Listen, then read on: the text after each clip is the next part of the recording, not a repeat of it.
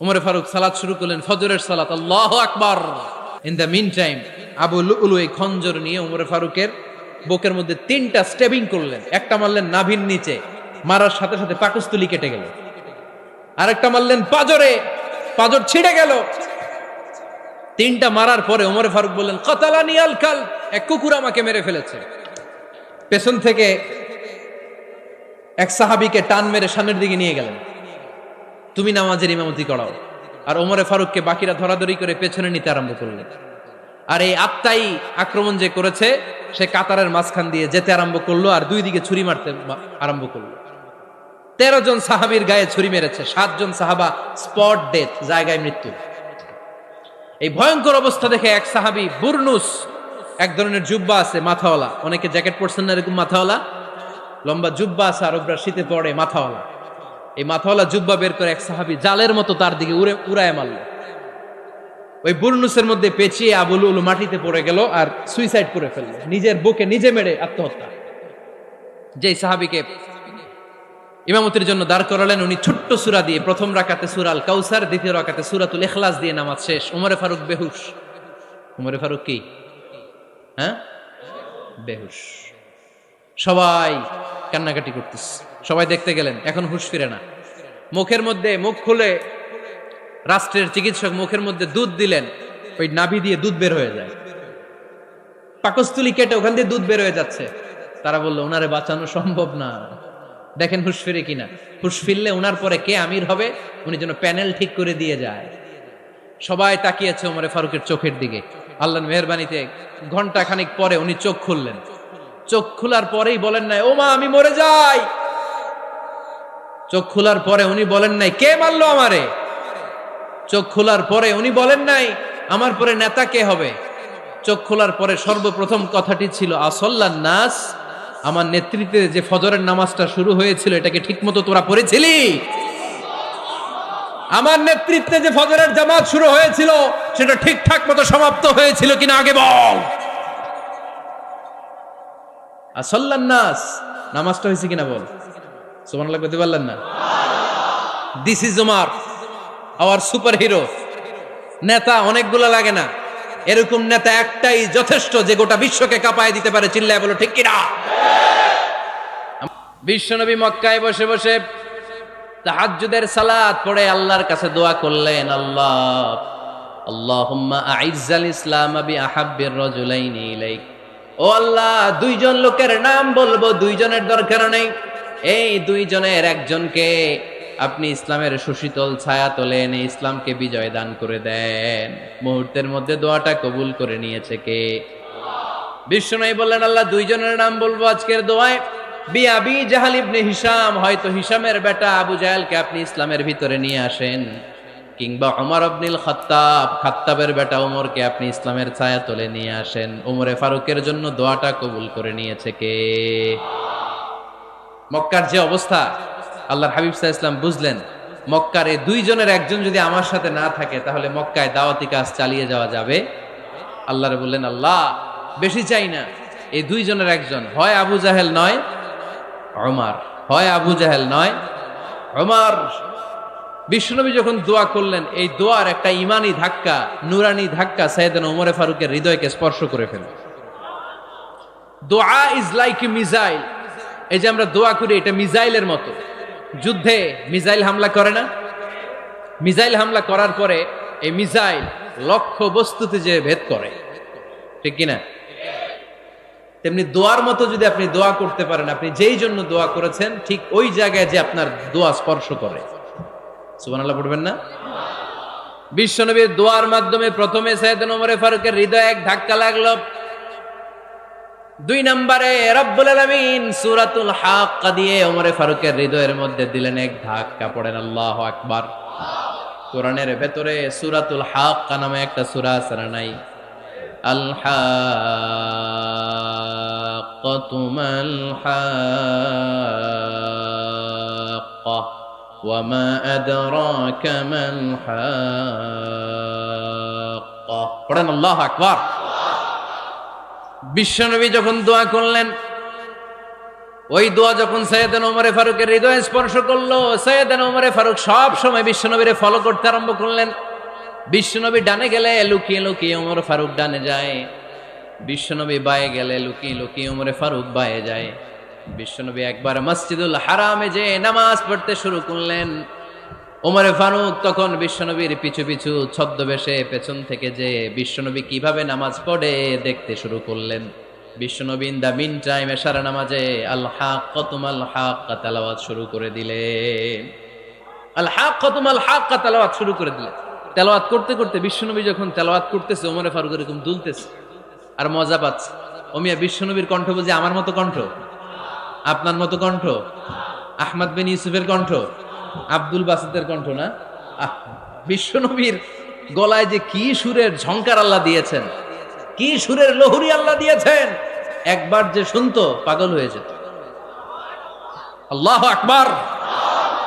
বিশ্বনবী সূরা হাক্কা মন্ত্রমুগ্ধ তেলাওয়াতে, মন্ত্রমুগ্ধ সুর দিয়ে, মন্ত্রমুগ্ধ কণ্ঠ দিয়ে তেলাওয়াত করতে লাগলেন। এশার সালাতে ওমরে ফারুক দুলতে লাগলেন।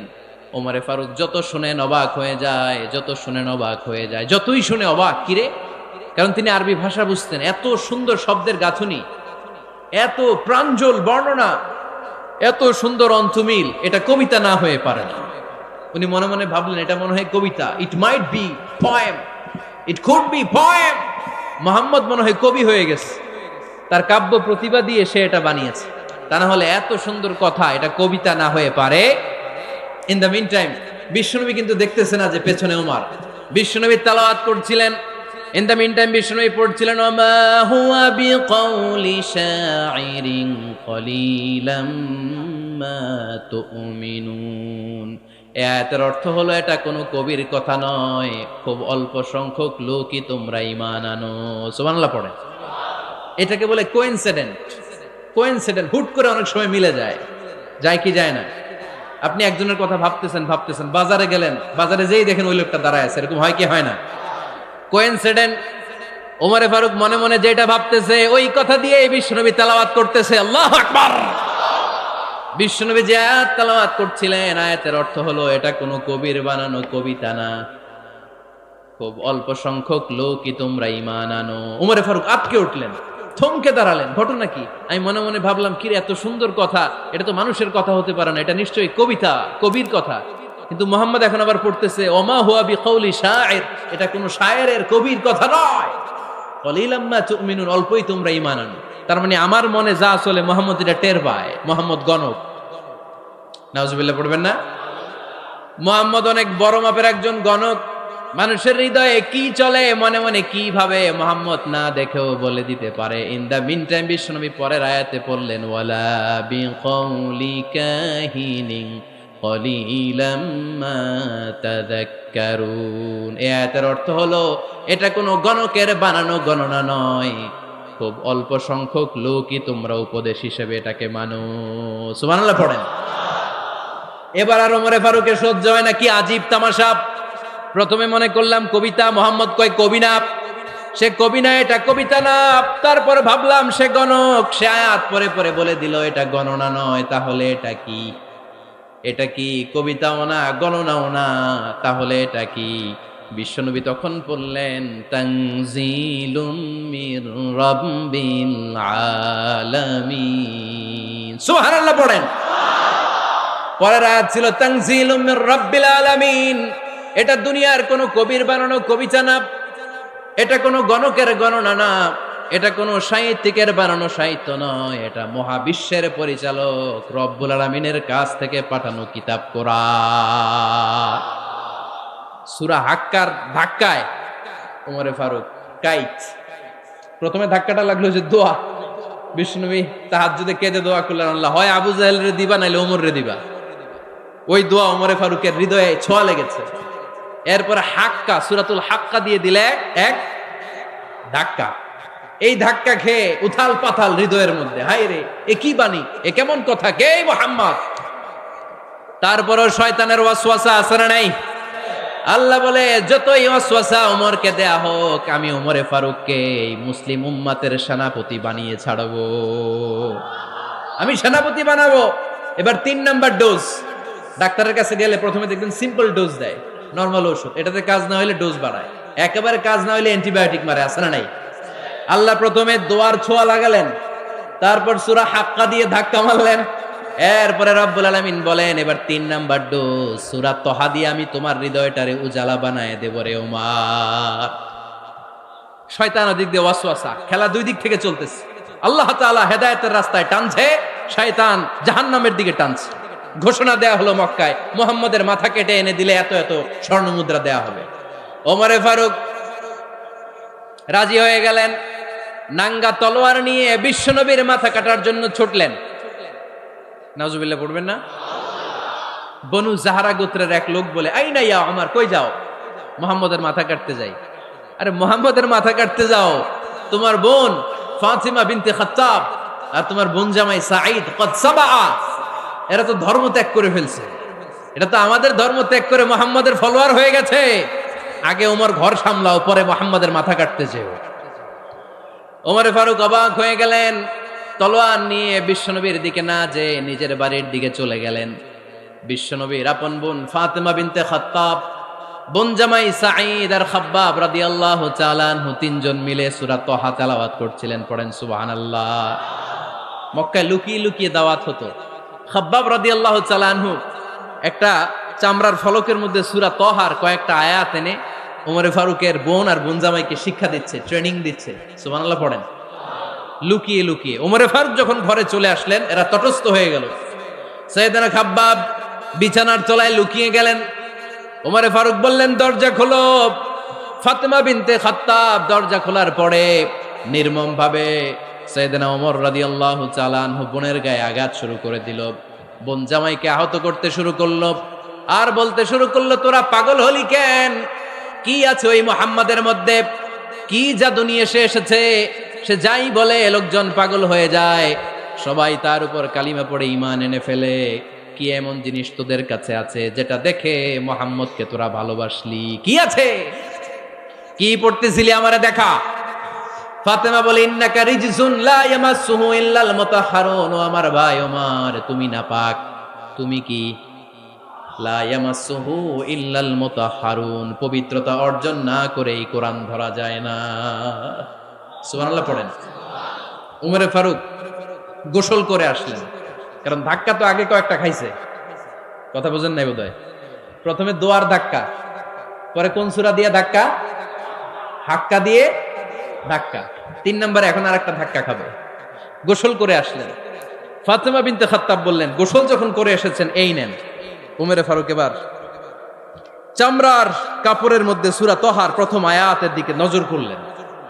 নজর করেই কোরআনের প্রেমে পড়ে গেলেন। পড়েন সুবহানাল্লাহ। উমরে ফারুক পড়তে আরম্ভ করলেন, তহা মা আনজালনা আলাইকাল কুরআনা লিতাশকা ইল্লা তাযকিরাতাল লিমান ইয়াখশা তানজিলাম মিম্মান খালাকাল আরদা ওয়াস সামাওয়াতিল উলা। সুবহানাল্লাহ পড়েন। উনি পড়তে আরম্ভ করলেন, তহা মা আনজালনা আলাইকাল কুরআনা লিতাশকা, এই কোরআনকে আমি তোমাদের হতভাগ্য জাতি হিসেবে দুনিয়ায় থাকার জন্য পাঠাই নাই। এটা রব্বুল আলামিনের পক্ষ থেকে এসেছে। যারা রবকে ভয় করে তাদের জন্য আছে উপদেশ। যিনি আকাশ বানিয়েছেন, জমিন বানিয়েছেন, ওই আল্লাহ তাআলা নিজেই এই কোরআন পাঠিয়েছে। আওয়াজ করে পড়তে হবে, আল্লাহু আকবার। উনি খুব ভালো আরবি জানতেন। সূরা তহা পড়ার পরে আর ধৈর্য ধারণ করতে পারে না। ওমরে ফারুক ছোট্ট বাচ্চার মতো কান্না শুরু করে দিলেন। আল্লাহু আকবার। সূরা তহাটা হাতে নিয়ে, তলোয়ারটা হাতে নিয়ে বিশ্বনবীর দিকে ছুটতে আরম্ভ করলেন। আইনা মুহাম্মদ, কোথায় মুহাম্মদ? তোমরা আমাকে মুহাম্মদের কাছে নিয়ে চলো। বিশ্বনবী তখন সাফা পাহাড়ের পাদদেশে দারুল আরকাম ইবনে আলকামের ঘরে লুকিয়ে লুকিয়ে কোরআনের দাওয়াত দিতেন। ওমরে ফারুককে পাগলের মতো ছুটে আসতে দেখে বিশ্বনবীর চাচা হামজা ইবনে আব্দুল মুত্তালিব বলল, নবী আপনি পালান। ওই যে খাত্তাবের বেটা ওমর আপনাকে অপমান করার জন্য, আক্রমণ করার জন্য তেরে এসেছে। সাহাবীরা বললেন, নবী আপনি পালিয়ে যান, আমরা সামাল দেব। বিশ্বনবী বললেন, না আমি পালাবো না, বরং তোমরা সরে যাও। ওমর ইবনুল খাত্তাবকে আমার দরবার পর্যন্ত আসতে দাও। আমার তো মনে হচ্ছে ওই যে তাহাজ্জুদের নামাজ শেষে চোখের পানি ছেড়ে যে আমি আল্লাহর কাছে দোয়া করেছি, আজকে আমার ওই দোয়াটা কবুল হতে শুরু করেছে। আমার তো মনে হচ্ছে আমার ওই দোয়া কবুল হবে, আসতে দাও। ওমরে ফারুক এসে বললেন, আশহাদু আল্লা ইলাহা ইল্লাল্লাহ ওয়া আশহাদু আন্না মুহাম্মাদান আবদুহু ওয়া রাসূলুহু। আমি সাক্ষ্য দিলাম আল্লাহ ছাড়া কোনো ইলাহা নাই, নিশ্চয় আপনি আল্লাহর প্রেরিত বান্দা এবং রাসূল। পড়েন সুবহানাল্লাহ।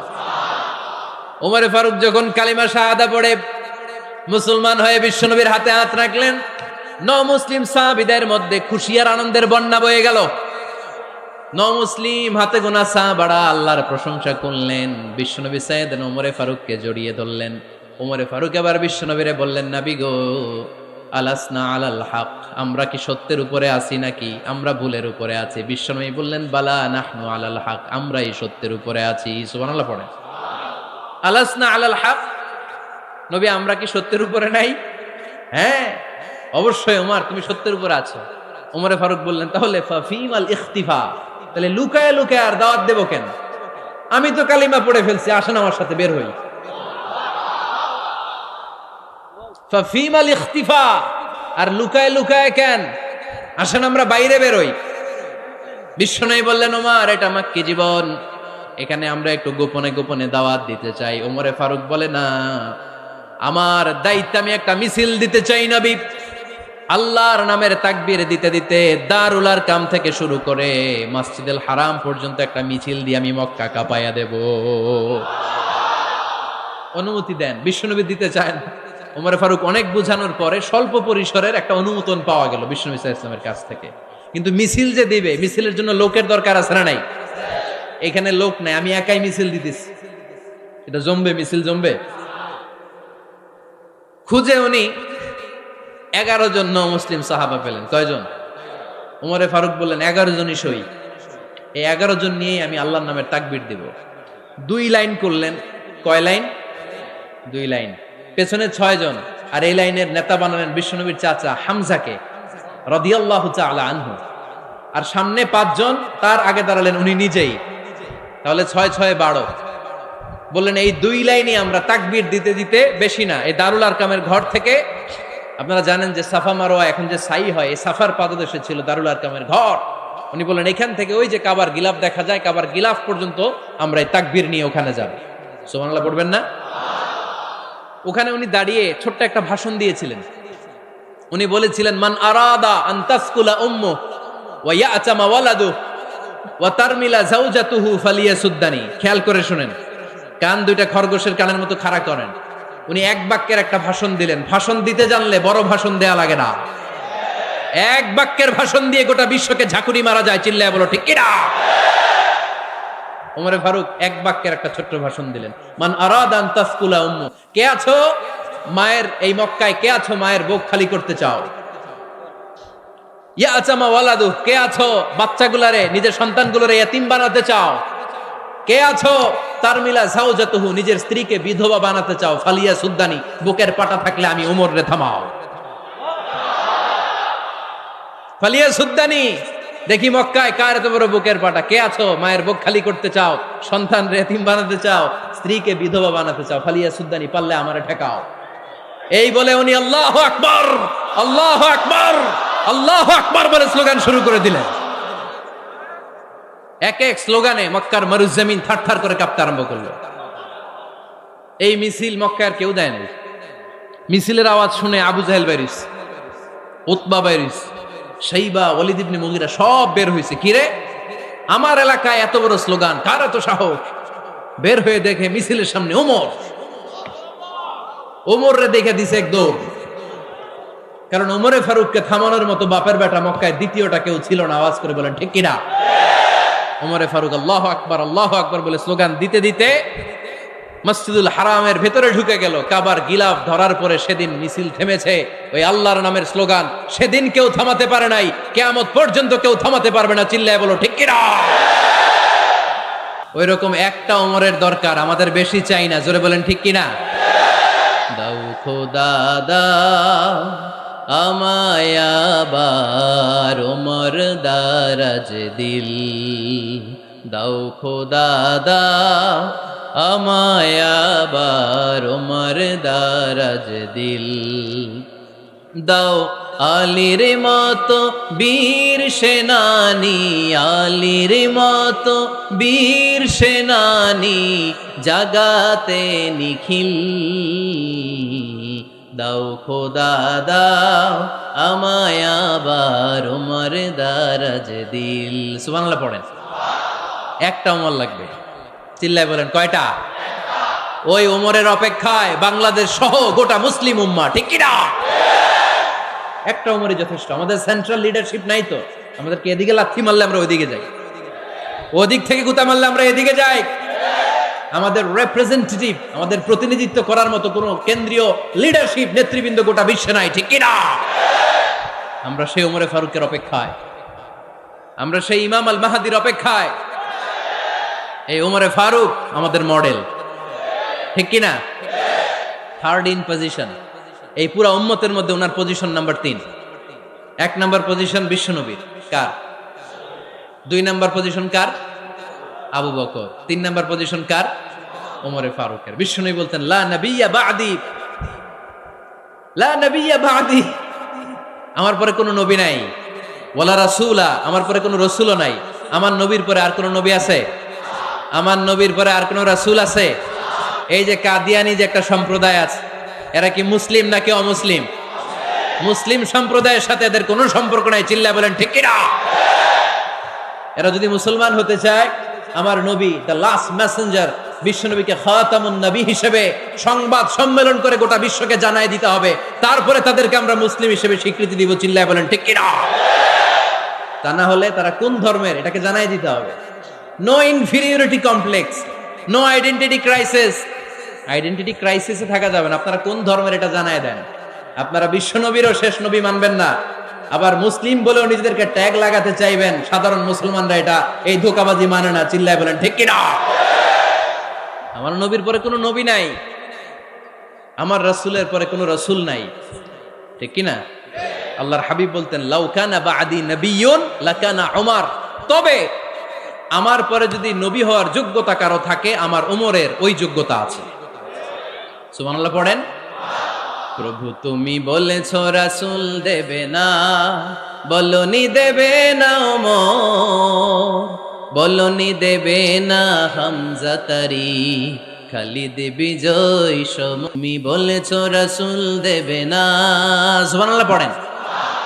এজন্য আমরা একটা ওমর চাই। কয়টা? বেশি লাগবে? নেতার মতো নেতা কয়টা লাগে? জোরে বলেন কয়টা? Enough, that's enough. ওমরে ফারুক আওয়ার সুপার হিরো। ওনার সাথে বিশ্বনবী সাল্লাল্লাহু আলাইহি ওয়াসাল্লামের মুসাহারার সম্পর্ক ছিল। ওমরে ফারুক যে বিশ্বনবীর শ্বশুর, এটা অনেকে জানেই না। ওমরে ফারুক রাদিয়াল্লাহু তাআলা আনহু বিশ্বনবীর শ্বশুর ছিলেন। এটা আজকে নতুন শুনছেন, কে কে হাত তোলেন? দেখছেন হুজুর? সঠিক বলছি না আমি? অনেকে আমরা জানি না। মাশাআল্লাহ, জানতে লজ্জা নাই, শিখতে লজ্জা নাই। লজ্জা হচ্ছে অজ্ঞতায় আর মূর্খতায়, ঠিক কি না? আমরা শিখতে রাজি আছি। যে কথা বলে আমরা তার ছাত্র। আমার আগে হুজুর কথা বলতেছিলেন, আমরা ছিলাম ছাত্র। এখন আমি কথা বলতেছি, এখন আমরা সবাই হয়ে গেছি ছাত্র, ঠিক কি না? যিনি বলেন তিনি শিক্ষক, বাকিরা আমরা ছাত্র, ঠিক কি না? 4 খলিফার 2 খলিফা, ইসলামের 4 খলিফার 2 খলিফা বিশ্বনবীর মেয়ের জামাই, আর বাকি 2 খলিফা বিশ্বনবীর শ্বশুর। সুবহানাল্লাহ পড়েন। সাইয়েদনা আলী রাদিয়াল্লাহু তাআলা আনহু, সাইয়েদনা উসমান যুন-নূরাইন বিশ্বনবীর মেয়ের জামাই। উসমান রাদিয়াল্লাহু তাআলা আনহুর কাছে বিশ্বনবী 2 মেয়েকে বিয়ে দিয়েছিলেন। একজন মারা যাওয়ার পরে আরেকজন। বিশ্বনবী বলেছেন এরপরে আরেকটা থাকলে ওইটারও বিয়ে দিতাম। সুবহানাল্লাহ পড়বেন না? 2 জন ছিল মেয়ের জামাই আর 2 জন ছিল শ্বশুর। সাইয়েদনা আবু বকর শ্বশুর, বিশ্বনবীর স্ত্রী আম্মাজান আয়েশা রাদিয়াল্লাহু তাআলা আনহার বাবা। বিশ্বনবীর স্ত্রী আম্মাজান হাফসা রাদিয়াল্লাহু তাআলা আনহার বাবা ছিল সাইয়েদনা ওমর ফারুক। চিল্লায় পড়েন আল্লাহু আকবার। জান্নাতুল পজিশন না, সাইয়্যিদু কুহুলিল জান্নাহ। জান্নাতে যত নারীরা যাবে, নারীদের সর্দারিনী হবে সাইয়্যিদাতুনা ফাতেমা রাদিয়াল্লাহু তাআলা আনহা। এই ফরিদপুরের যত ইয়াং স্টাররা, তোমরা যারা জান্নাতে যাবে, তোমাদের লিডার হবে সাইয়েদনা হাসান আর হুসাইন রাদিয়াল্লাহু তাআলা আনহুমা। আর বয়স্ক মুরব্বীরা যারা জান্নাতে ঢুকবেন, আপনাদের লিডার হবে সাইয়েদনা আবু বকর আর সাইয়েদনা ওমর ফারুক রাদিয়াল্লাহু তাআলা আনহু। সুবহানাল্লাহ পড়তে পারলেন না? ওমর ফারুক এটা সাধারণ কোনো ক্যারেক্টারিস্টিক্স নয়, ওনাকে আল্লাহ তাআলা নলেজও দিয়েছেন, আবার দিনদারিও দিয়েছেন।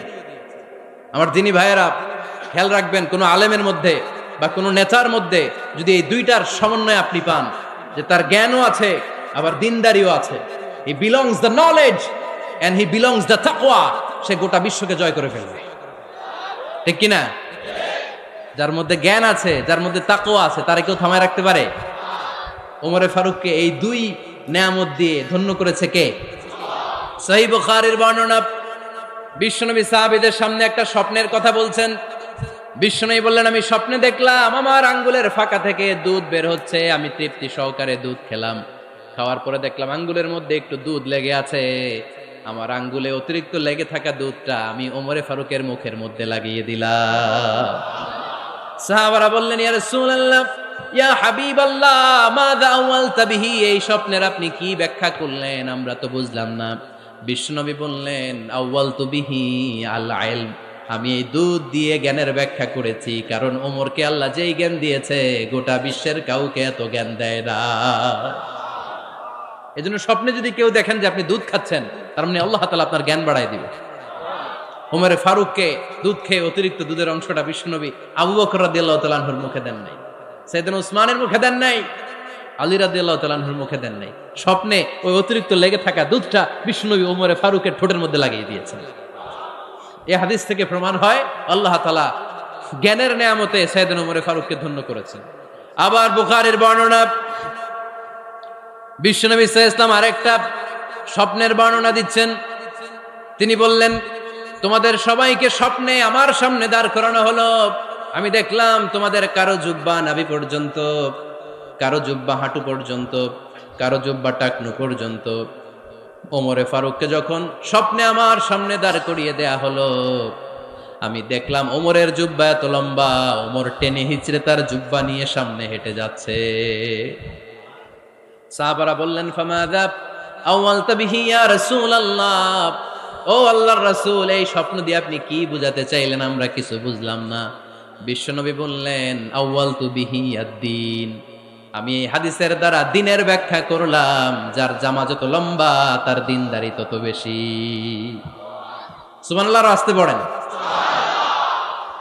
স্বপ্নে দেখলেন কোন সাহাবীর জুব্বা নাভি, কোন সাহাবীর হাঁটু, কারোটা টাকনু, কিন্তু ওমরে ফারুকের জুব্বা এত লম্বা, ইয়াজুরু সাওবাহু, তিনি তার জুব্বা টেনে হিচড়ে যাচ্ছেন। বিশ্বনবী বললেন, এটা দ্বারা আমি দিন, আমি তাকওয়া, দিনদারি, তাকওয়া, এটার ব্যাখ্যা করেছি। তার মানে ওমরে ফারুকের তাকওয়ার সামনে সব তাকওয়া পানি হয়ে যাবে। কোন সুবহানাল্লাহ।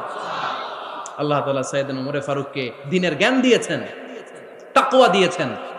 যুবক ভাইয়েরা, যাকে আল্লাহ তাআলা দ্বীনের জ্ঞান দেয়, যাকে আল্লাহ তাআলা তাকওয়ার এই গুণ দিয়ে সমৃদ্ধ করে, তার জন্য গোটা বিশ্বের সব দরজাগুলোকে ওপেন করে দেয় কে?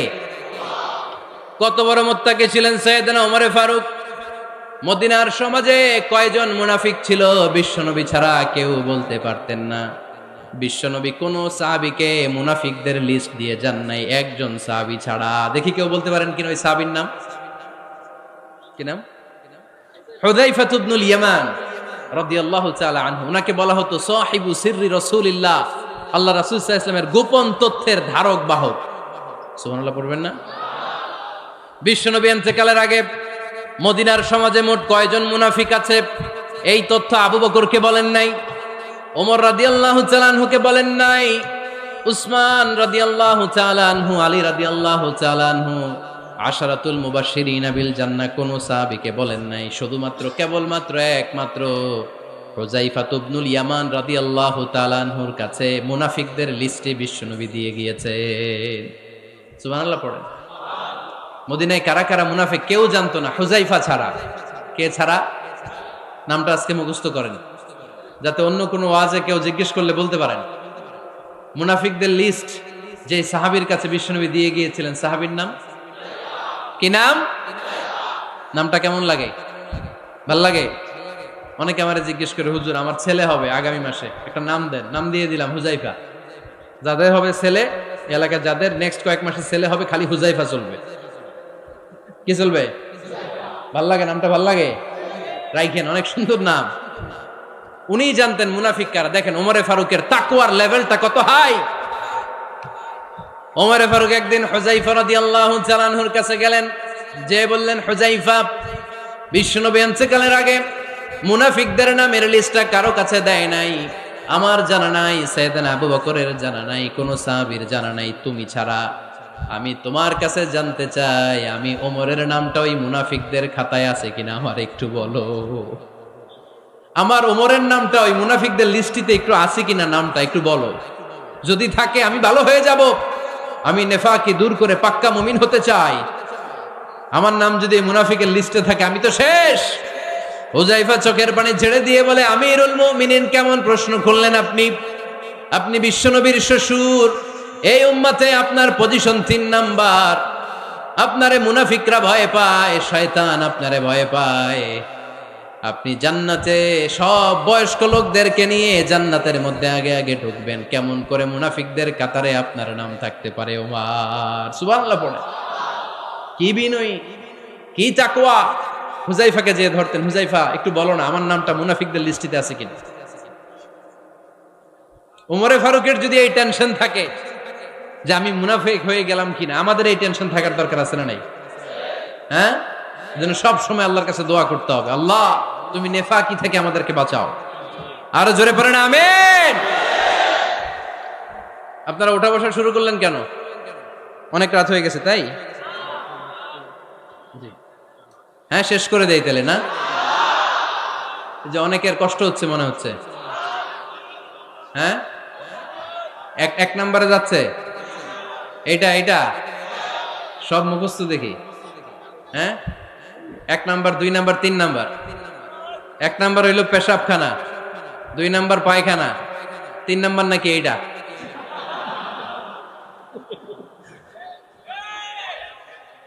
আছে না নাই?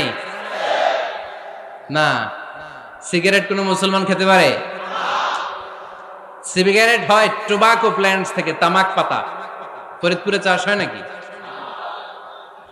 হয়। কোন থানায় হয় বেশি? হ্যাঁ, তামাক ক্ষেত যারা দেখছেন, কোন বেড়া লাগানো লাগে? কারণ ছাগলেও মুখ দেয় না। তো যেটা ছাগলে খায় না, এটা কোনো মুমিন বান্দা খাইতে পারে? তো খান কেন এগুলো, এই পচা জিনিস? হ্যাঁ, এই পৃথিবীতে বিড়ি আর সিগারেটই একমাত্র খানা যেটা টয়লেটে ঢুকে খাওয়া যায়, তাই না?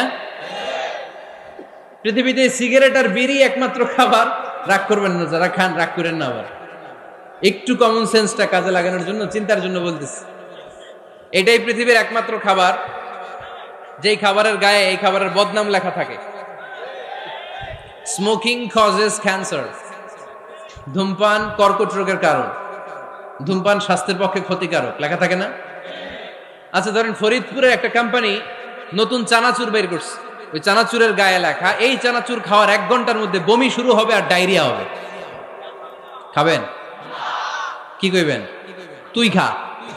দোকানদারে কি কইবেন? তুই খা, তোর বমি হোক, তোর 14 গোষ্ঠীর ডায়রিয়া হোক, আমি টাকা দিয়ে এগুলো কিনবো না, ঠিক কি না? কারণ এই প্রোডাক্টের গায়ে এই প্রোডাক্টের বদনাম লেখা, এটা আমরা কিনবো কেন?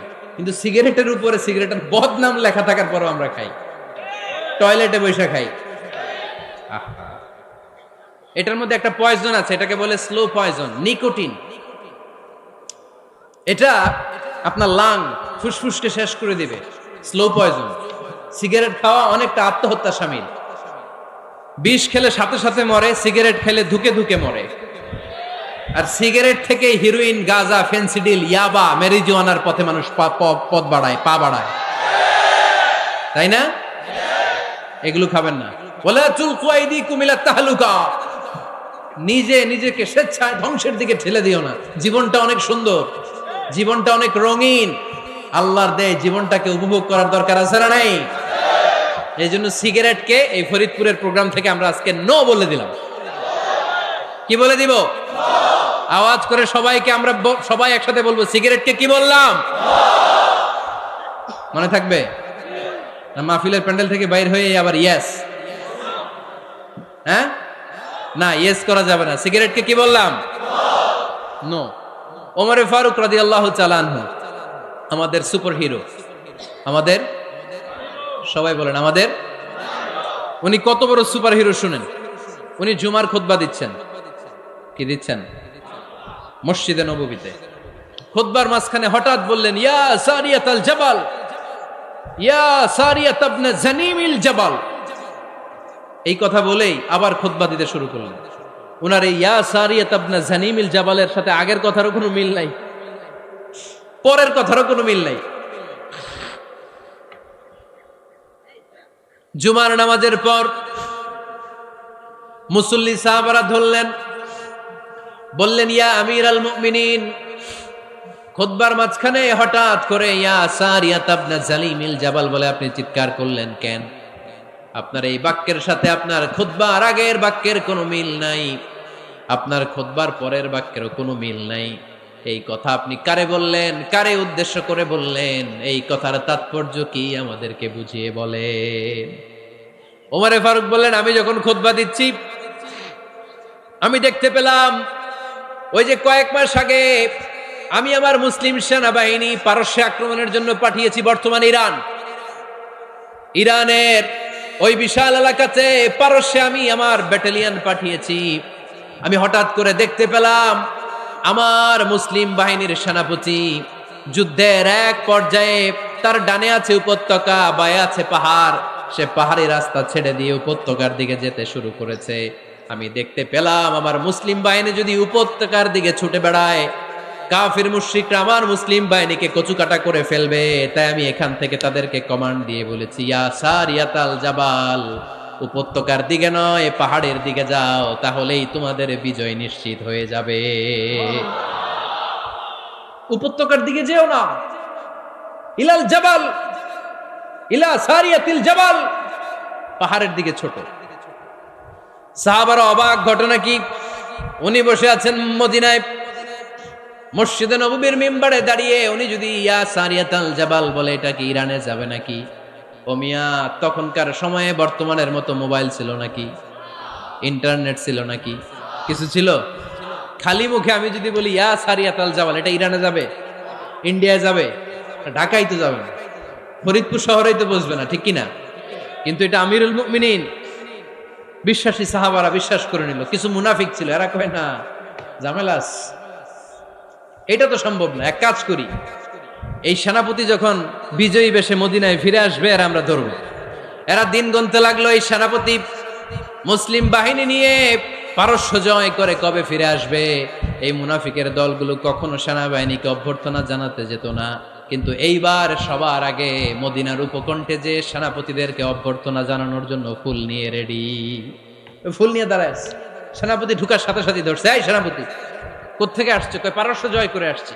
কয় এমন এমন দিন, জুমার দিন দুপুর বেলা যুদ্ধের মাঝখানে আমিরুল মুমিনিনের কণ্ঠের কোন কথাবার্তা শুনছো নাকি? সেনাপতি অবাক, কয় তোমরা জানলা কেমনে? শুনছি তো। সুবহানাল্লাহ পড়বেন না? আমরা যুদ্ধে একটা ভয়ঙ্কর অবস্থার মধ্যে ছিলাম, পেছন থেকে শত্রুরা আমাদেরকে আক্রমণ করতে শুরু করে দিল। ডানে যাব না বায়ে যাব, সামনে যাব নাকি পেছনে যাব, রাস্তা খুঁজে পাচ্ছি না। ডান দিকে ছিল আমাদের উপত্যকার রাস্তা, বাঁ দিকে ছিল পাহাড়ি পথ। আমরা সোজা পথ হবে মনে করে উপত্যকার দিকে ছুটতে আরম্ভ করলাম। হঠাৎ করে আমিরুল মুমিনিনের কণ্ঠ বজ্র কণ্ঠে আমার কানের মধ্যে ভেসে আসলো। আমার মনে হলো আমিরুল মুমিনিন কেমন যেন আমাকে কমান্ড দিচ্ছেন আর বলছেন, ইয়া সারিয়াতাল জাবাল, ডান দিকে উপত্যকার পথে নয়, তাড়াতাড়ি পাহাড়ের দিকে সৈন্য বাহিনী নিয়ে উঠে যাও। পাহাড়ের দিকে, ডানে না, this is wrong track and this is the right track.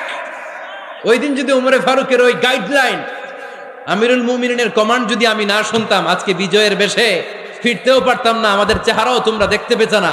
ওমরে ফারুকের ওই কমান্ড, ওই গাইডলাইন অদৃশ্য থেকে শোনার কারণে এই পারস্যের মধ্যে আমাদেরকে সেই যুদ্ধে বিজয় দান করেছে কে? দিস ইজ ওমরে ফারুক, দিস ইজ ওমরে ফারুক। বিশ্বনবী বলতেন, ওমর, মা লাকিয়াকা শাইতানু সালিকান ফাজ্জান ইল্লা সালাকা ফাজ্জান গায়রা ফাজ্জিক। ওমর, শয়তান ইবলিস যদি তোমারে কোনো রাস্তা দিয়ে হাঁটতে দেখে, শয়তান ওই রাস্তা রেখে দিয়ে অন্য রাস্তা দিয়ে হাঁটে। সুবহানাল্লাহ বাড়িতে যায় বললেন। কে বলতেছে? বিশ্বনবী। কার ব্যাপারে? ওমরে ফারুকের ব্যাপারে। শয়তান যদি দেখে যে ওমরে ফারুক এই রাস্তা দিয়ে হাঁটতেছে, শয়তান ওই রাস্তা রেখে দিয়ে অন্য রাস্তা দিয়ে হাঁটে। সুবহানাল্লাহ পড়েন। রাত্রিবেলা আমরা আমাদের বাচ্চা ছেলে মেয়েদেরকে যখন খাওয়াই, বাচ্চারা খেতে চায় না, এরকম হয় আপনাদের ফরিদপুর এলাকায়? হ্যাঁ, এই এলাকায় হয় নাকি? খেতে চায় না বাচ্চারা, এই চকলেট দেখায়া, এই মিনা কার্টুন দেখায়া, এইটা সেইটা এগুলো সেগুলো বলে, গল্প টল্প বলে ভুলাইয়া খাওয়ানো লাগে, তাই না? তারপরও খায় না। আমারও ছোট মেয়ে আছে, খেতে চায় না, এইটা সেইটা এমনি সেমনি খাওয়ানো লাগে। তো শেষে না পেরে মা বাবা বলতে বাধ্য হয়, ওই যে ভূত আসতেছে, ভূত, তাড়াতাড়ি তাড়াতাড়ি খাও, নাহলে যে ভূত ধরবে তোমারে। ওই যে বাঘ আসতেছে, বাঘ, তাড়াতাড়ি খাইলে নাহলে বাঘে কামড়াবে। বলি না আমরা? আপনারা কি বলেন? ভূত। আর কি বলেন? হ্যাঁ হ্যাঁ, আচ্ছা, এক এক জায়গায় এক একটা আমরা বলি, ভূত আসবে, বাঘ খাবে, ভাল্লুক খাবে, তাড়াতাড়ি খাও। মদিনাতে যখন ওমরে ফারুক আমিরুল মুমিনিন, মদিনার মায়েরাও বাচ্চাদেরকে খাওয়াতে পারতো না, ছোট্ট মেয়েদেরকে খাওয়াতে পারতো না, খাওয়া নিয়ে যন্ত্রণা করতো। বাচ্চারা যখন মদিনায় খেতে চাইতো না রাত্রি বেলায়, মদিনার মায়েরা বলতো তাড়াতাড়ি খাও, হা হুয়া ইয়াতি উমর, হা হুয়া ইয়াতি উমর, তাড়াতাড়ি খা, নাইলে ওই যে ওমর আসতেছে, Omar. This is our super hero Sayyidna Umar Faruq রাদিয়াল্লাহু তাআলা। শুধু শয়তানি ভয় পেত না, মুনাফিকরাও ভয় পাইতো, জমের মতো ভয়। শুধু তাই না, আমাদের আম্মাজান বিষ্ণু ইসা ইসলামের স্ত্রীরাও ওমর ফারুককে ভয় পেতেন। সুবহানাল্লাহ কইবেন না? মাঝে মাঝে বিষ্ণু ইসা ইসলামের সাথে আম্মাজান আয়েশার ঝগড়া হতো, হতো না? আপনাদের ফ্যামিলিতে ঝগড়া হয়? হয় না? হয় না? কার কার দেখি? ওরে আল্লাহ, অনেক আল্লাহর ওলি আছে তো এই জায়গায়। ঝগড়া হয় না? কি কথা কয়, ঝগড়া হয় না বলে? বিশ্বনবীর ফ্যামিলিতে ঝগড়া হয়, আপনার ফ্যামিলিতে হয় না? মিষ্টি ঝগড়া। আর ও বিয়েই করে নাই।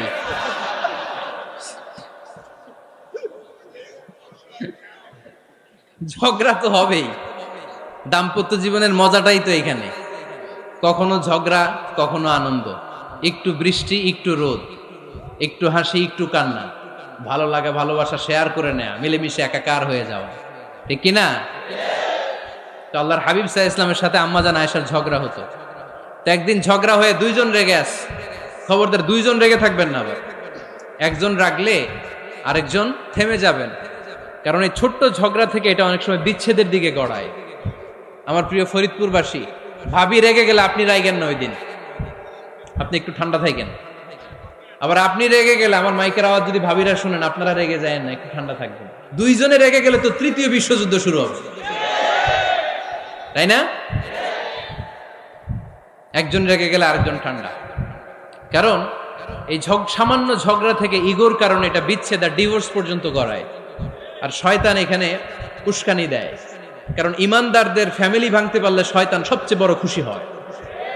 আর ইমানদারদের ফ্যামিলি টিকে থাকলে খুশি হয়ে যায় কে? আম্মাজান আয়েশা রাদিয়াল্লাহু তাআলা আনহার সাথে বিষ্ণু ইসা ইসলামের ঝগড়া হতো মাঝে মাঝে। একবার ঝগড়া হলো, বিষ্ণু ইসা ইসলামও রাগ, আম্মাজান আয়েশাও রাগ। বিষ্ণুই বললেন, আয়েশা, ঝগড়া করে আর কতক্ষণ থাকবো, আসো মিটমাট করি।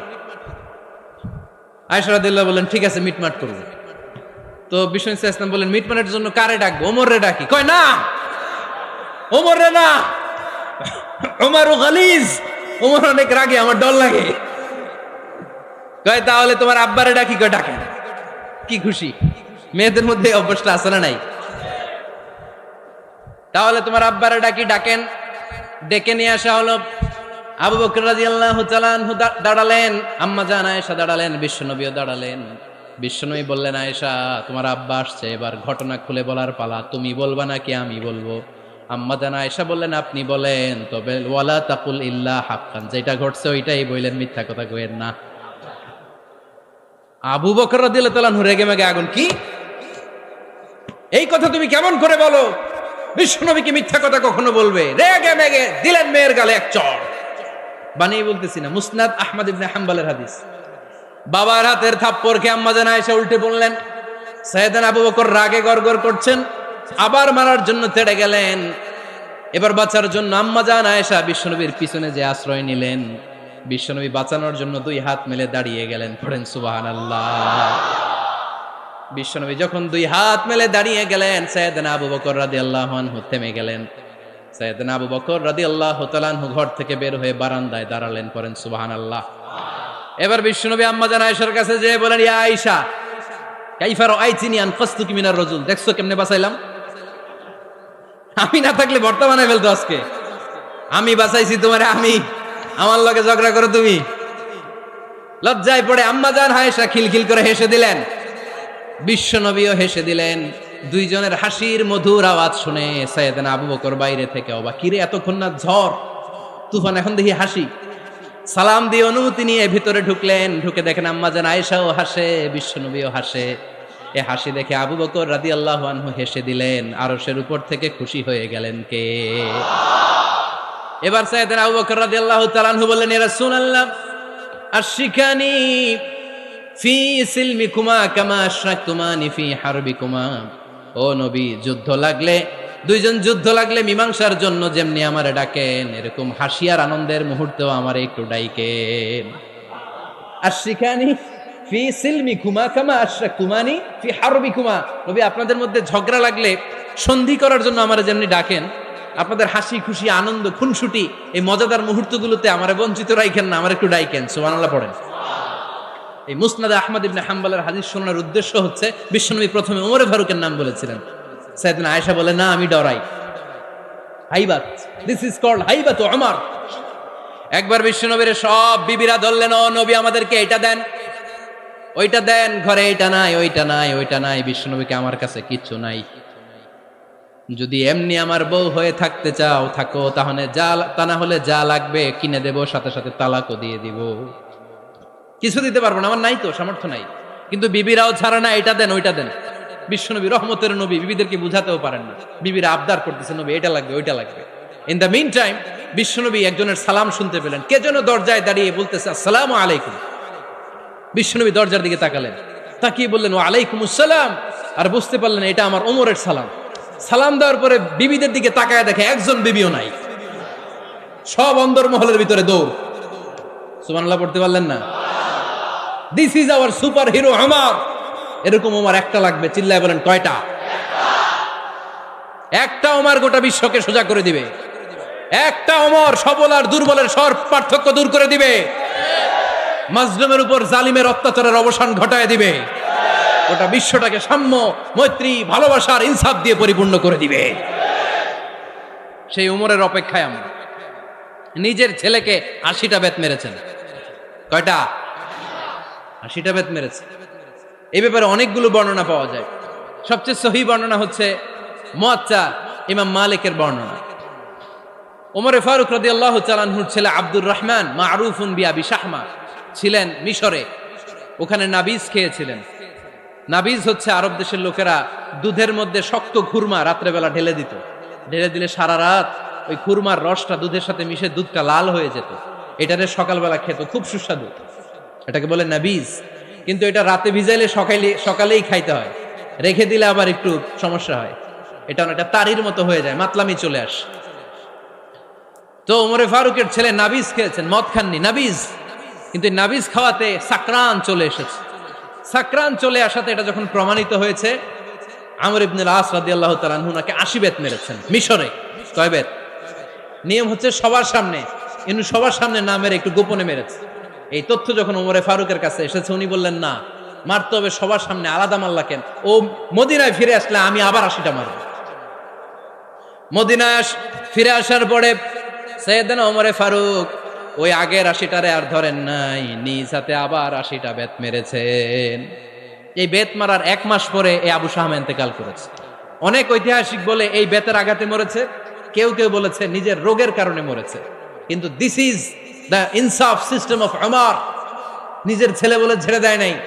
এখন নিজের ছেলে হইলে 7 খুন মাফ, নেতার ছেলে হইলে 10 খুন মাফ, এলাকার মোড়লের ছেলে হইলে 10 খুন মাফ। নো পার্সিয়ালিটি ইন ইসলাম। ইসলামে পার্সিয়ালিটি নাই। আপনি নেতার ছেলে হন, আপনি বিজনেস ম্যাগনেটের ছেলে হন, আপনি যেই হন না কেন, ইসলামের দৃষ্টিতে সবাই সমান। চিল্লায় বলেন ঠিক কিনা? বানু মখজুমিয়া গোত্রের এক নারী চুরিতে ধরা পড়ল। সাহাবারা বললেন, নবী, মদিনার সবচেয়ে ভ্যারি প্রেস্টিজিয়াস এন্ড ডিগনিফাইড ফ্যামিলির মেয়ে, আপনি হাত কাইটেন না, কারণ ইসলামের নিয়ম চুরি করলে কি কেটে দাও। বিশ্বনবী বললেন, বলো কি, হাত না কাটার জন্য তোমরা আমাকে রেকমেন্ড করছো? এটা আল্লাহর আইন, পৃথিবীর কেউ রেকমেন্ড করলো শোনার ক্ষমতা আমার নাই, কারণ আইনটা দিয়েছে কে? লাউ কানাত ফাতিমাতু বিনতি মুহাম্মাদিন সারাকাত লাকাতা মুহাম্মাদুন ইয়াদাহা। আরে বনু মাকসুমিয়া মেয়ে তো দূরের কথা, আমার কলিজার টুকরা ফাতেমাও যদি আজ চুরিতে ধরা পড়তো, তার হাত কেটে দিতে আমি 1 মিনিটও দেরি করতাম না। দিস ইজ ইসলাম। এই হচ্ছে ওমরে ফারুকের মানাকিব। এরকম ওমরে ফারুক কয়টা লাগবে? আওয়াজ করে বলতে হবে, কয়টা লাগবে? একটা লাগবে। এই সাইয়েদনা ওমরে ফারুক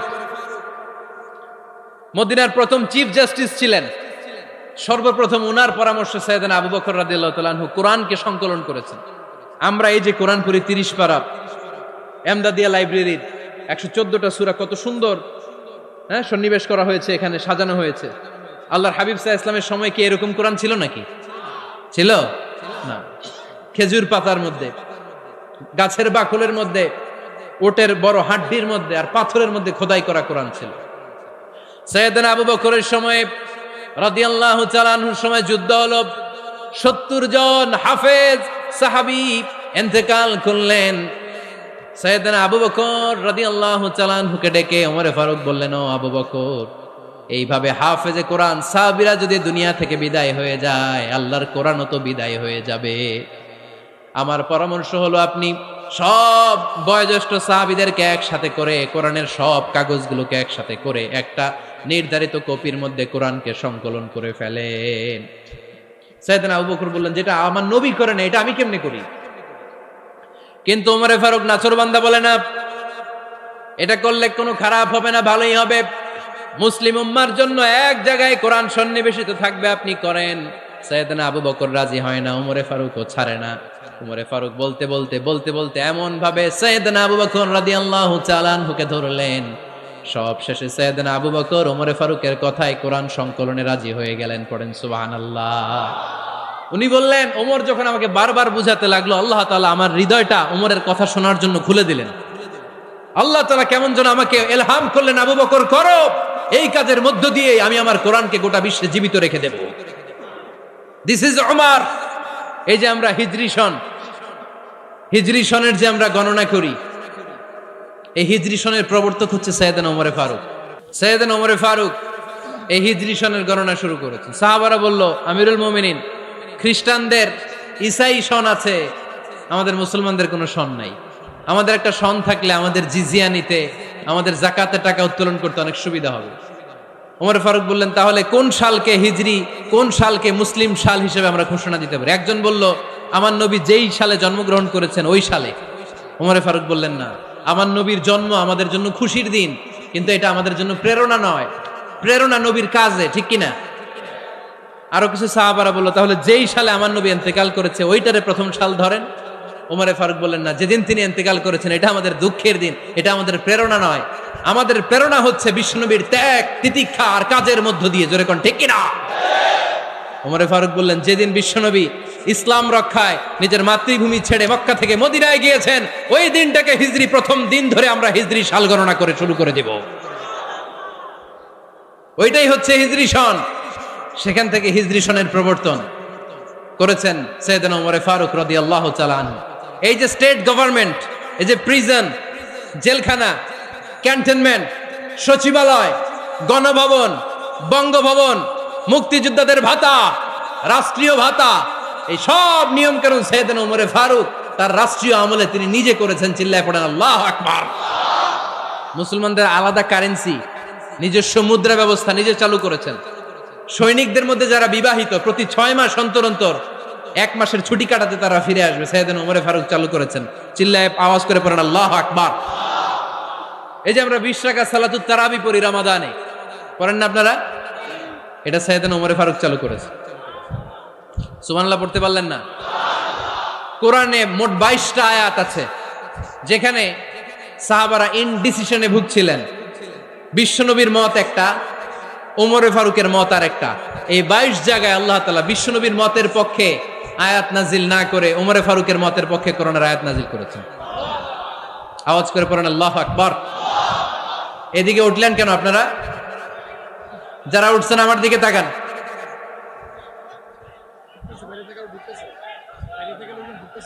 কিছু ভিতরে ঢুকতেছে, কিছু বাইরেতেছে না?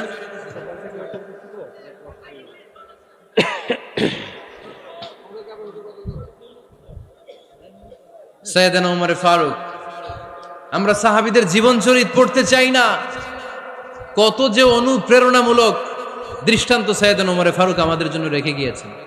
ওমর ফারুক যখন খলিফা, দিনের বেলায় যদি রাষ্ট্রে কোনো নিয়ম জারি করতেন, দিনের বেলায় জনগণকে কোনো বিষয়ে যদি নিষেধ করতেন, রাত্রে বেলায় খাওয়ার সময় ফ্যামিলি মেম্বারদের সবাইকে বলতেন, এই দিনের বেলা আমি জনগণকে এই কাজ করতে নিষেধ করেছি, তোমরা আমার ফ্যামিলি মেম্বার, খবরদার তোমরা এই কাজ করো না।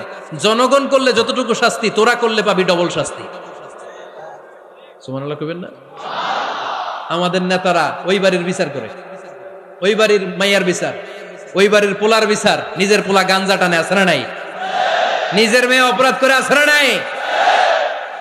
কি নেতা ছিলেন ওমর ফারুক! আগে নিজের ঘর সামলিয়েছেন, আগে নিজেকে সামলিয়েছেন, নিজের ঘর ঠিক করেছেন। বলেছেন জনগণ করলে যত বেদ, তোরা করলে double Veda. This is call leader, ঠিক কিনা?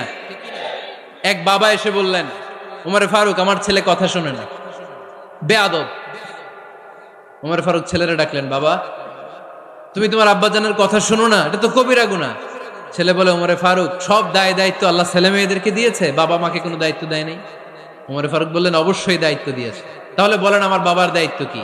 উনি বললেন, প্রাইমারিলি প্রথমত 3 দায়িত্ব। আইয়ানতাকিয়া উম্মাহ, পৃথিবীর প্রতিটি বাবার উচিত ছেলেদের মেয়েদের জন্য ভালো মায়ের ব্যবস্থা করা। 2 নম্বরে আইয়ুহসিনা ইসমা, সুন্দর তার একটা নাম রেখে দেয়া। 3 নাম্বার ইউআল্লিমাহুল কিতাব, তার আল্লাহর কিতাব শিক্ষা দেওয়া। এবার ছেলেকে আমার আব্বা 3টার একটাও করে নাই। এবার ওমর ফারুক রেগে গেলেন, বাবার কাঁধে ধরলেন, বললেন তুই ছেলের জন্য বিচার নিয়ে আসলি, তোর 3টা দায়িত্বের একটাও তুই পালন করিস নাই। ছেলে বলে, আমিরুল মুমিনিন, আমার মা নর্তকী, আমার মা মাজুসি, আমার মায়ের মধ্যে কোনো আদব কাদব নাই, সুন্দরী দেখে আমার মা রে বাবা বিয়ে করছে, আমার মায়ের কাছ থেকে জীবনে কিছু শিখি নাই। 2 নাম্বার সাম্মানি খানফাসা, আমার বাবা আমার নাম রেখেছে চামচিকা। কি নাম রাখছে? এটা নাম হইলো একটা, এরকম উল্টাপাল্টা নাম আছে না নাই? না, এগুলো রাখবেন না। আব্দুল্লাহ রাখবেন, আব্দুর রহমান রাখবেন, আর একটা কি বলছি আজকে? হুযায়ফা রেখে দিয়েন, পারবেন? ওয়ালাম ইউআল্লিমনি হারফাম মিন কিতাবিল্লাহ, আমিরুল মুমিনিন। শুধু তাই না, আল্লাহর কোরআনের একটা অক্ষর আমার বাবা কোনোদিন আমারে শিক্ষা দেয় নাই। ওমর ফারুক রেগে গেলেন, এবার বাবার কান্দে ধইরা মারতে শুরু করলেন। তুই পোলার নামে বিচার নিয়ে আইছিস, তোরে মার দিমু আগে। এরকম নেতার দরকার আছে না নাই? মদিনায় এক লোক তার বউরে রাগের চোটে 100 তালাক দিয়ে ফেলছে। কয় তালাক দেয়ার নিয়ম কয়টা? দিছে কয়টা? এবার স্ত্রী কাঁদতে কাঁদতে এসে বলে, আমিরুল মুমিনিন দেখেন, আমার স্বামী আমারে রেগে মেগে 100 তালাক দিচ্ছে। ওমর ফারুক বললেন, দইরা নিয়ে আয় এটারে। নিয়ে আসা হলো। ওমর ফারুক বললেন, কয়টা তালাক দিয়েছো? কয় 100টা। কেন দিছো? কয় মাথা গরম আছিল। এরকম আছে না? তালাক দেওয়ার সময় সব তালাক, তুই তালাক, তোর মা তালাক, তোর বোন তালাক, সব তালাক। তালাক দিবে ওয়াইফ রে, দিতেছে সবাই রে। ওমর ফারুক বললেন, দিবে 3টা, 100টা দিলা কেন? কয় মেজাজ গরম ছিল। কয় দাঁড়া, আত-তালাকু মিন শাআইরিল্লাহ, তালাক হচ্ছে আল্লাহর দেয়া বিধানের একটা নিদর্শন, এটা নিয়ে তুই খামখেয়ালি করলি। আমার রায় শোন, আমার রায় হচ্ছে 3 তালাকে তোর বউ তালাক, বাকি 97 তালাক তোর পিঠের উপরে পড়বে। এরকম বিচারের দরকার আছে না নাই? এরকম দৃষ্টান্তমূলক বিচার যদি বাংলার জমিনে দেয়া হতো, আর কোন নারী ধর্ষিতা হতো? আর কোন নারীকে অ্যাসিড মারা হতো? আর কোন নারী যৌতুকের জন্য কান্না করত? একটা আমল লাগবে, বেশি না। মক্কা, মদিনা, এই 7 জায়গায় 7 জন গভর্নর পাঠিয়েছেন, তাদের থেকে তথ্য নিতেন। এই গভর্নর সিস্টেম উনি বানিয়েছেন। সাইয়েদনা আমর ইবনে আল-আস রাদিয়াল্লাহু তাআলা আনহুকে পাঠিয়েছেন মিশরে। মিশরে একটা দৌড় প্রতিযোগিতা হতো। মিশরি বলে, আমার মাল্লা কেন? তুমি খেলায় পারো না, আমারে মাল্লা কেন? কয় আনা ইবনুল আকরামিন, আমি গভর্নরের পোলা। আমি যা বলবো এটাই হবে, আমার উপরে কথা নাই। মিশরি ওইখানে আর ঝগড়া বাঁধায় নাই, মনে দুঃখ নিয়ে মদিনায় চলে আসলেন। এসে বললেন, আমিরুল মুমিনিন, আপনি আমর ইবনুল আস রাদিয়াল্লাহু তাআলা আনহুকে মিশরের গভর্নর বানিয়ে পাঠিয়েছেন। একটা প্রতিযোগিতায় আমি চ্যাম্পিয়ন হয়েছি, ওনার ছেলে হয়েছে রানার আপ। কেন সে চ্যাম্পিয়ন হতে পারে নাই? এই কারণে আমার মাথায় লাঠি দিয়ে 3টা বাড়ি মেরেছে। বিচারটা দিছে কার দরবারে? কথা বুঝেন নাই বোধহয়? ওমরে ফারুকের দরবার। ওমরে ফারুক বললেন, তাই আগামী বছরের অমুক তারিখ আমি সব গভর্নরদেরকে ডেকে হিসাব নিতে, ওই দিন তুই থাকবি, পারবি না? মিশনে বলে পারবো, মানে অবশ্যই পারবো। ওই দিন 7 রাজ্য থেকে 7 গভর্নর হাজির, গভর্নরদের ছেলেরাও হাজির, মিশরীয় হাজির। 7 গভর্নরের কাছ থেকে 7 এলাকার খোঁজ খবর নেয়ার পরে ওমরে ফারুক বললেন, আইনাল মিসরি, মিশরি লোকটা কই, এদিকে আয়। মিশরি সামনে আসার পরে বলল, আমর ইবনুল আস, তুমি মিশরের গভর্নর, তোমার ছেলে সহ তুমি আসো। আমর ইবনুল আস এসে সামনে বসে রইলেন। এবার বললেন, ও আমর ইবনুল আসের ছেলে, তুমি নাকি ইবনুল আকরামিন গভর্নরের ছেলে, তুমি যা বলবা মিশরে নাকি তাই হবে, তোমার নাকি অনেক দাপট। নিজে একটা লাঠি এনে মিশরীর হাতে দিয়ে বলল, এবার তোর মাথায় যতটা মারছে তুই ততটা গুনে গুনে মার, আমি দেখবো। আমর ইবনুল আস দেখবে, আমর ইবনুল আসের ছেলেরে তুই এখানে মার। সে বলতেছে, থাক, আপনি বলছেন এতেই যথেষ্ট, মারা লাগবে না, আমি মাফ করে দিলাম। ওমরে ফারুক বলল, খবরদার, মার, মার ওর মাথার মধ্যে। মিশরি ওমরে ফারুকের ধমক শুনে ভয়ে ভয়ে 3টা বাড়ি মারল। এই বাড়ি মারা দেখেও ওমরে ফারুকের হৃদয় ঠান্ডা হয় নাই। লজ্জায় আমর ইবনুল আস, বয়স হয়ে গিয়েছে সাহাবা, মাথা তখন টাক, মাথায় চুল নাই, লজ্জায় মাথাটা হেট হয়ে মাথাটা নিচু করে রেখেছে। এবার রাগের চোটে ওমরে ফারুক বললেন, এবার আমর ইবনুল আসের টাক মাথার মধ্যে একটা মার, মার। কেন ছেলেকে শিক্ষা দিতে পারে নাই? ইয়া আমর ইবনুল আস, মাতা জাআলতুমুন নাস আবিদা, জনগণ তাদেরকে দেখভাল করার জন্য তোমাদেরকে পাঠানো হয়েছে, তাদের উপর কোনো অত্যাচার করার জন্য নয়। চিল্লায় বলেন ঠিক কি না? এরকম নেতা কয়টা লাগবে? কয়টা? ওই নেতার নাম কি? ওমর। হা হুয়া ইয়াতি ওমর। 22 জায়গায় বিশ্বনবী কয় একটা, ওমরে ফারুক বলে আর একটা। আল্লাহ বলে, বিশ্বনবী আপনার পক্ষে আমি আয়াত নাজিল করতে পারলাম না, আমি ওমরের পক্ষে নাজিল করে দিলাম। বিশ্বনবী বলতেন, ইন্নালি কুল্লি উম্মাতিন মুহাদ্দাস, সব উম্মতের মধ্যে, সব নবীর উম্মতের মধ্য থেকে একজন করে আল্লাহ তাকে মুহাদ্দিস বানাতো। মুহাদ্দিস না, মুহাদ্দাস। মুহাদ্দাস মানে এমন লোক যিনি যা ভাবতো ওই ভাবনাটাই আল্লাহ আয়াত হিসেবে নাজিল করে দিতেন। বিশ্বনবী বলেন, আমার উম্মতের মধ্যে মুহাদ্দাস হচ্ছে সাইয়েদনা ওমর। মদিনার সবচেয়ে বড় মুনাফিকের নাম আব্দুল্লাহ ইবনে উবাই ইবনে সালুল, সব মুনাফিকদের সরদার। কিন্তু এই মুনাফিকের ছেলেটা হলো পাক্কা ইমানদার। এই ছেলের নাম হলো আব্দুল্লাহ। আওয়াজ করে বলেন, ছেলের নাম কি? আব্দুল্লাহ ইবনে উবাই ইবনে সালুল, মুনাফিক সরদার যখন ইন্তেকাল করলো, সাইয়েদনা আব্দুল্লাহ রাদিয়াল্লাহু তাআলা আনহু বিশ্বনবীর কাছে এসে চোখের পানি ছেড়ে ডেকে বলে, নবী আপনিও জানেন, আমিও জানি, মদিনার সবাই জানে আমার আব্বা মুনাফিকদের সরদার, কিন্তু আমার মন তো মানে না, আমার তো পিতা, আমার তো বাবা লাগে, আমার তো মন মানে না। আপনিও জানেন মুনাফিক, আমিও জানি মুনাফিক। নবী আপনার দরবারে কিছু আমি চাই না, আপনার গায়ের একটা জামা দেন, আপনার জামাটা পরিয়ে আমার বাবারে দাফন দিব। এর উসিলায় যদি আমার আব্বারে আল্লাহ মাফ করে দেয়, দয়ার নবী মায়ের নবী জামা খুলে দিয়ে দিলেন। পড়েন সুবহানাল্লাহ। আব্দুল্লাহ রাদিয়াল্লাহু তাআলা আবার আবদার চললেন, নবী জানি আমার বাবা মুনাফিক, কিন্তু আমার তো বাবা, আপনার দরবারে ফরিয়াদ, আপনি নিজে যে আমার বাবার জানাজার নামাজের ইমামতি করবেন। দয়ার নবী মায়ার নবী জানাজার নামাজে যেতে চাইলেন। ওমরে ফারুক বললেন, নবী না, খবরদার, আপনি উবাই ইবনে সালুলের জানাজায় যাবেন না।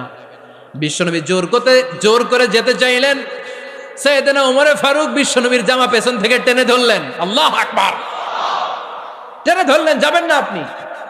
ওমরে ফারুকের হাত থেকে হ্যাচকা টান মেরে জুব্বা টান দিয়ে বিশ্বনবী জানাজায় চলে গেলেন। রব্বুল আলামিন আয়াত নাজিল করলেন, ইস্তাগফির লাহুম আও লা তাস্তাগফির লাহুম ওয়া ইন তাস্তাগফির লাহুম 70 মাররাতান ফালান ইয়াগফিরাল্লাহু লাহুম। নবী গো, একবার নয়, দুইবার নয়, 70 বারও যদি এই মুনাফিকের জন্য আপনি ক্ষমা চান, তার জন্য ক্ষমা নাই, তার জন্য আছে জাহান্নাম। ওয়ালা তাকুম, আপনি যাবেন না আলা কবরি, কখনো তাদের জানাজায় যাবেন না। এই যে একটা ভুল করে ফেলছেন, এটা এইবারই শেষ, এরপরে আর যাবেন না। সাইয়েদনা ওমর ফারুকের পক্ষে আল্লাহ তাআলা কোরআনের আয়াত নাজিল করে দিলেন, চিল্লায় পড়েন আল্লাহু আকবার। এভাবে 22টা জায়গায় ওমর ফারুক যা বলেছে এটা নিয়ে একটা আলাদা আলোচনা হইতে হবে, আলাদা একটা আলোচনা লাগবে যে 22টা আয়াতে আল্লাহ তাআলা বিশ্বনবীর পক্ষে কোরআনের আয়াত নাজিল না করে সাইয়েদনা ওমর ফারুকের পক্ষে আয়াত নাজিল করেছেন, চিল্লায় পড়েন সুবহানাল্লাহ। ওই ওমর ফারুককে আমাদের মডেল বানানোর দরকার আছে না নাই? ওই ওমর ফারুকের জীবনী আমাদের ছেলে মেয়েদেরকে পড়ানোর দরকার আছে না নাই? আমাদের ভবিষ্যৎ প্রজন্ম এগুলো জানে না। ওরা সালমান খান দেখে বড় হয়, ওরা শাহরুখ খান দেখে বড় হয়, ওরা ঋত্বিক রোশনকে দেখে বড় হয়, ওরা মনে করে যে এরাই বড় সুপার হিরো। আমাদের যে কত বড় সুপার হিরো আছে এরা জানেই না। নতুন প্রজন্মের কর্ণকহুরে সাইয়েদনা ওমর ফারুকের ইতিহাস পৌঁছে দেওয়ার দরকার আছে না নাই? ওমর ফারুকের ইন্তেকালের ঘটনাটা বলেই আমরা মোনাজাতের দিকে যাব। শুনবেন? শুনতে চান? উনি স্বপ্নে দেখলেন একটা লাল মোরগ ওনাকে 3টা ঠোকর মেরেছে। কয়টা? উনি জুমার নামাজে, জিলহজ মাসের শেষ সপ্তাহে জুমার নামাজে বললেন যে একটা লাল মোরগ 3টা ঠোকর মেরেছে। মুগীরা ইবনে শুবা রাদিয়াল্লাহু তাআলা আনহুর দাস আবু লুলু আল মাজুসি, এই লোকটা খঞ্জর বানাতে পারত। মুগীরা রাদিয়াল্লাহু তাআলা আনহুর দাস। মুগীরা প্রতিদিন 4 দিরহাম করে চার্জ করত, যেহেতু দাস। সে এসে বিচার দিল, আমিরুল মুমিনিন, মুগীরা আমার থেকে বেশি টাকা চায়, জুলুম করে। ওমর ফারুক বললেন, তাই? তুমি কি কাজ জানো? বলে, আমি খঞ্জর বানাতে জানি। বাড়ি কই? পারস্য। আরে তুমি খঞ্জর বানাতে জানলে তো 4 দিরহাম অনেক কম, সে তো আরো বেশি টাকা নেওয়া দরকার ছিল তোমার থেকে। আবু লুলুর এই কথা পছন্দ হয় নাই। সে কয়, ওমর তুমি সবারে দয়া দেখাও আর আমার ক্ষেত্রে কঠিন নিয়ম বানাইলা, দাঁড়াও এই নিয়ম তোমারে আমি দেখাবো। এই রাগে সে বাড়িতে যে একটা খঞ্জর বানালো। কি বানালো? খঞ্জর চিনেন? ছোট্ট ছুরি। কিছুদিন আগে ওমানের সুলতান কাবুস ইন্তেকাল করেছে, জানেন আপনারা? ওনার এই কোমরের মধ্যে খঞ্জর থাকতো, ছবিতে দেখছেন? আরব শায়েখ যারা সুলতান আমির, কোমরে কি থাকে? ছোরা থাকে, খঞ্জর। সে বাসায় যে একটা খঞ্জর বানালো, যেই খঞ্জরের 2 মাথা, লাহু রাসান ওয়া মাকবাদাতুহু ফি ওয়াসাতি, আর ধরার হ্যান্ডেলটা মাঝখানে, এদিকেও ছুরি এদিকেও ছুরি, যাতে এইভাবে এইভাবে মারা যায়। সে ধার দিতে লাগলো আর বলল, ওমর দাঁড়াও তোমারে আমি দেখাবো। ওমর ফারুক মসজিদে নববীর ইমাম, ফজরের নামাজের সময় এ আবু লুলু আল মাজুসি বুরনুস পরে, চাদর পরে, লুকিয়ে লুকিয়ে, সে অগ্নি উপাসক, মুমিন নয়। ওমর ফারুককে অ্যাটাক করার জন্য গেলেন মসজিদে নববীতে। ওয়াকানু ইউসাল্লুনা বিগালাস, তখন ওনারা অন্ধকারে নামাজ পড়তেন। নামাজের সময় যখন হলো, লুকিয়ে লুকিয়ে প্রথম কাতারে ওমর ফারুকের পিছনে মুয়াজ্জিনের পাশেই দাঁড়ালো, হাতে খঞ্জর। একামত হলো, ওমর ফারুক সালাত শুরু করলেন, ফজরের সালাত, আল্লাহু আকবার। নামাজ শুরু করলেন, সূরা ফাতিহা বললেন। আরেকটা সূরা যখন পড়তে যাবেন, in the mean time Abu লুলু এই খঞ্জর নিয়ে ওমর ফারুকের বুকের মধ্যে 3টা স্টেবিং করলেন। একটা মারলেন নাভির নিচে, মারার সাথে সাথে পাকস্থলী কেটে গেল। আরেকটা মারলেন পাজরে, পাজর ছিঁড়ে গেল। 3টা মারার পরে ওমর ফারুক বললেন, কাতালানি আল কালব, এক কুকুর আমাকে মেরে ফেলেছে। পেছন থেকে এক সাহাবীকে টান মেরে সামনের দিকে নিয়ে গেলেন, তুমি নামাজের ইমামতি করাও। আর ওমর ফারুককে বাকিরা ধরাধরি করে পেছনে নিতে আরম্ভ করলেন। আর এই আত্মাই আক্রমণ যে করেছে, সে কাতারের মাঝখান দিয়ে যেতে আরম্ভ করলো আর 2 দিকে ছুরি মারতে আরম্ভ করলো। 13 জন সাহাবীর গায়ে ছুরি মেরেছে, 7 জন সাহাবা স্পট ডেথ, জায়গায় মৃত্যু। এই ভয়ঙ্কর অবস্থা দেখে এক সাহাবী বুরনুস, এক ধরনের জুব্বা আছে মাথাওয়ালা, অনেকে জ্যাকেট পরছেন না এরকম মাথাওয়ালা, লম্বা জুব্বা আছে, আরবরা শীতে পরে মাথাওয়ালা। এই মাথাওয়ালা জুব্বা বের করে এক সাহাবী জালের মতো তার দিকে উড়ায় মারল। ওই বুরনুসের মধ্যে পেঁচিয়ে আবু লুলু মাটিতে পড়ে গেল আর সুইসাইড করে ফেলল, নিজের বুকে নিজে মেরে আত্মহত্যা। যেই সাহাবীকে ইমামতির জন্য দাঁড় করালেন, উনি ছোট্ট সূরা দিয়ে প্রথম রাকাতে সূরা আল কাউসার, দ্বিতীয় রাকাতে সূরাতুল ইখলাস দিয়ে নামাজ শেষ। ওমর ফারুক বেহুশ। ওমর ফারুক কি? হ্যাঁ, বেহুশ। সবাই কান্নাকাটি করতেছে, সবাই দেখতে গেলেন, এখন হুঁশ ফিরে না। মুখের মধ্যে, মুখ খুলে রাষ্ট্রের চিকিৎসক মুখের মধ্যে দুধ দিলেন, ওই নাভি দিয়ে দুধ বের হয়ে যায়। পাকস্থলী কেটে ওখান দিয়ে দুধ বের হয়ে যাচ্ছে। তারা বললো ওনারে বাঁচানো সম্ভব না, দেখেন হুঁশ ফিরে কিনা। হুঁশ ফিরলে ওনার পরে কে আমির হবে, উনি যেন প্যানেল ঠিক করে দিয়ে যায়। সবাই তাকিয়েছে ওমরে ফারুকের চোখের দিকে। আল্লাহর মেহেরবানিতে ঘন্টা খানিক পরে উনি চোখ খুললেন। চোখ খোলার পরেই বলেন নাই, ও মা আমি মরে যাই। চোখ খোলার পরে উনি বলেন নাই, কে মারলো আমারে। চোখ খোলার পরে উনি বলেন নাই, আমার পরে নেতা কে হবে। চোখ খোলার পরে সর্বপ্রথম কথাটি ছিল, আসল্লান নাস, আমার নেতৃত্বে যে ফজরের নামাজটা শুরু হয়েছিল এটাকে ঠিকমতো তোরা পড়েছিলি? আমার নেতৃত্বে যে ফজরের জামাত শুরু হয়েছিল সেটা ঠিকঠাক মতো সমাপ্ত হয়েছিল কিনা আগে বল। আসল্লান নাস, নামাজটা হয়েছে কিনা বল। সুবহানাল্লাহ কইতে পারলেন না? This is Omar, hour super hero. নেতা অনেকগুলো লাগে না, এরকম নেতা একটাই যথেষ্ট যে গোটা বিশ্বকে কাঁপায় দিতে পারে। চিল্লায় বলো ঠিক কিনা। আমরা চাই আমাদের ছেলেগুলো ওমরে ফারুকের মতো বড় হোক। আমরা চাই আমাদের ছেলে মেয়েগুলো খাব্বাব, খুবাইব, সাইয়েদনা আলী, উসমান, আবু বকর রাদিয়াল্লাহু তাআলা আনহুর অনুসরণে বড় হোক, ঠিক কিনা। আমরা একটা ওমর চাই যিনি আমাদেরকে সালাতের শিক্ষা দিয়ে গিয়েছেন, ইন্তেকালের আগে বলেছেন সাল্লান নাস। এজন্য আমরা যেন নামাজ কখনো নষ্ট না করি। আল্লাহর জমিনে দিন বাস্তবায়ন আসাদ্দুহুম ফি আমরিল্লাহি ওমর রাদিয়াল্লাহু তাআলা আনহুর মতো এত কঠোর কেউ ছিলেন না। তাই দিন বাস্তবায়নে আমরা যেন কাউরে ছাড় না দেই। সবার আগে আল্লাহর দিন, সবার আগে আল্লাহর কোরআন, সবার আগে আমার ইসলাম, ঠিক কিনা। চাইলেই কেউ এদেশ থেকে ইসলামরে মিটাই দিতে পারবে না। যে দেশে আল্লাহু আকবার ধ্বনির সাথে সাথে সূর্য উঠে যায়, আল্লাহু আকবার ধ্বনির সাথে সাথে সূর্য ডুবে যায়, সে দেশে আর কিছু থাকবে না থাক আমার ইসলাম থাকবেই, আর কিছু থাকবে না থাক আমার কোরআন থাকবেই। সে ইসলামের সাথে থাকতে রাজি আছেন তো? কোরআনের সাথে থাকতে রাজি আছেন তো?